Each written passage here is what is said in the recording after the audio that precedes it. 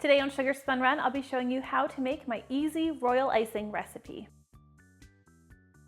This royal icing recipe really is the easiest. You might recognize it if you've made my animal cookies before. It's basically the same icing, and one thing I love about it is there is no need for egg whites. We are going to be using meringue powder. It makes the recipe very simple, very safe. I think you are going to love it. Now, to get started, you are going to need a large bowl, and you're going to want to add to this bowl 4 cups of powdered sugar. The next ingredient you'll need is 2.5 tablespoons of meringue powder. Now, this can usually be found in craft stores. My local Walmart carries it in the baking section. I often buy it off of Amazon, and I'll leave a link in the description where you can buy it as well. The next thing you'll need is water. We're going to start with 6 tablespoons of water, and we'll add this in with our sugar and our meringue powder. The next thing you're going to need is an electric mixer. Now, I'm going to be using my hand mixer today, but a stand mixer would also work great for this recipe. Generally, when you're making royal icing, you want to beat everything together until you reach stiff peaks.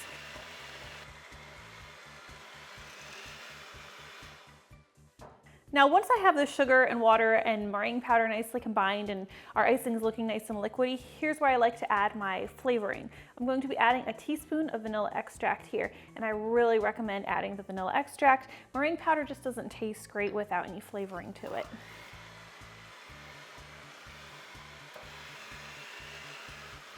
Now here's where I'd like to pause and talk about the consistency of your royal icing. Now many recipes will have you beat this frosting all the way until you get stiff peaks. It'll be very stiff, very firm. Now that's fine, I'm going to show you how to do that, but oftentimes I don't like to have an outline frosting. I don't need a very stiff royal icing, so I'll stop here.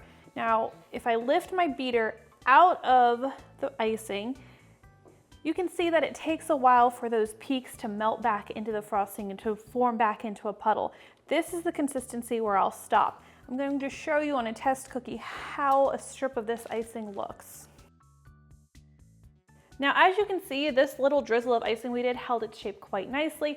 This would pretty much be perfect for me to start piping. I would use it at this point. I don't like to have that firm, very stiff frosting. Now, this might even be a little bit too stiff for some people, in which case you can add a little bit of water to thin it out and make it a bit more fluid and play with it until you get the perfect consistency.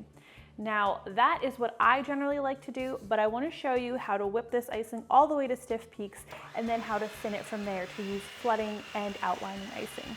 So let's go ahead and keep mixing our icing, and this is going to take a couple more minutes. Just wanted to pause and show you we're not quite there at stiff peaks yet. You can see that the peaks that form when we pull the batter out of the icing fold over themselves, so we're going to keep going a couple minutes longer.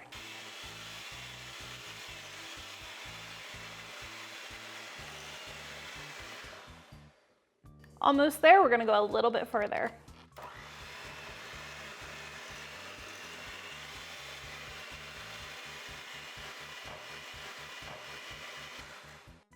So at this point, we have achieved stiff peaks. You can see the peaks that have formed here are not folding over themselves or falling back into the rest of the icing. So now that we've reached our stiff peaks, our frosting is ready to use. I'm going to go ahead and divide this into 3 bowls.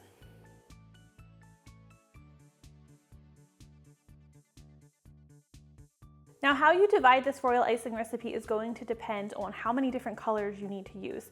I've done 3 bowls because what I want to show you is a white outlining frosting using this one. I'm going to show you a white filling frosting using this one. And I'm also going to be coloring a frosting green, and we're going to use that one actually both for flooding and for filling. I'll show you in just a moment. Now, our outlining frosting here in this bowl is perfect. We don't need to do anything with it at this point. This is going to be our white filling frosting, but since we've beaten it to stiff peaks, it's going to be too thick for us to use. We're not going to have a nice smooth surface if we try to decorate our cookies with this frosting. So what we're going to do is we are going to add some water, about a teaspoon at a time, until we reach a much smoother consistency.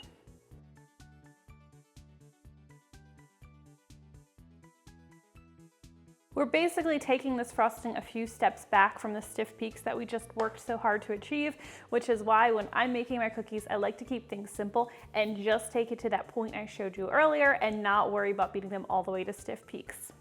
However, it's going to depend on what exactly you want to use this icing for. Now, when you're making your filling icing, if you pull your spoon out of the bowl, you want that icing to dissolve back into itself after a few seconds. As you can see here, it's still a little bit too stiff, so we're gonna add some more water.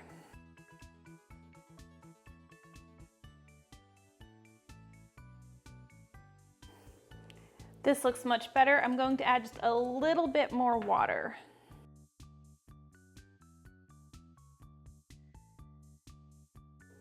This is looking pretty good for our flooding consistency. So now we have our white outlining frosting and our filling frosting.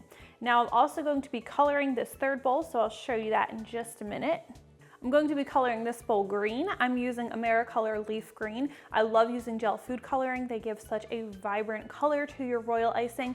And I'm going to be decorating some Christmas trees, so this is the best color to use. Let me go ahead and add that. So if I was going to be using this icing right here as both a filling and an outlining, I would do just what I did here. I would color it, and then I would divide it further into another bowl. I'd have 2 bowls of the same color, and then I would thin one of those out with water like we just did with the white icing. So I would have an outlining and a filling icing that are the same color. It's going to be much easier to color it first rather than try to get the same exact color by separating them and then adding the food coloring. However, what I'm going to do here is I'm going to thin this one to the point that I had talked about earlier in the video, where it's a nice consistency both for outlining and for filling. I just want to show you guys all of the different ways you can use this royal icing recipe.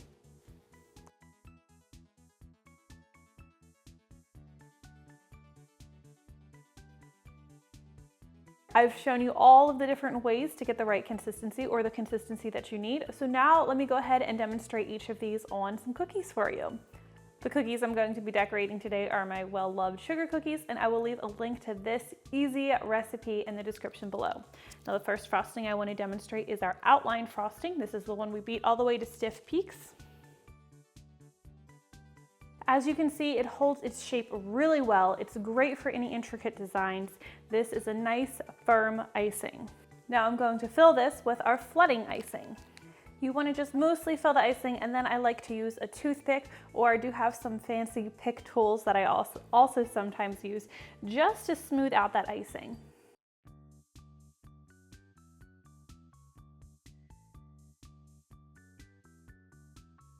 Now I want to demonstrate my favorite consistency, my multi-purpose royal icing that I'm going to be using both for outlining and for flooding. It's not as great if you're trying to do some really intricate designs, but it works really well, and it's nice to just have to have one icing.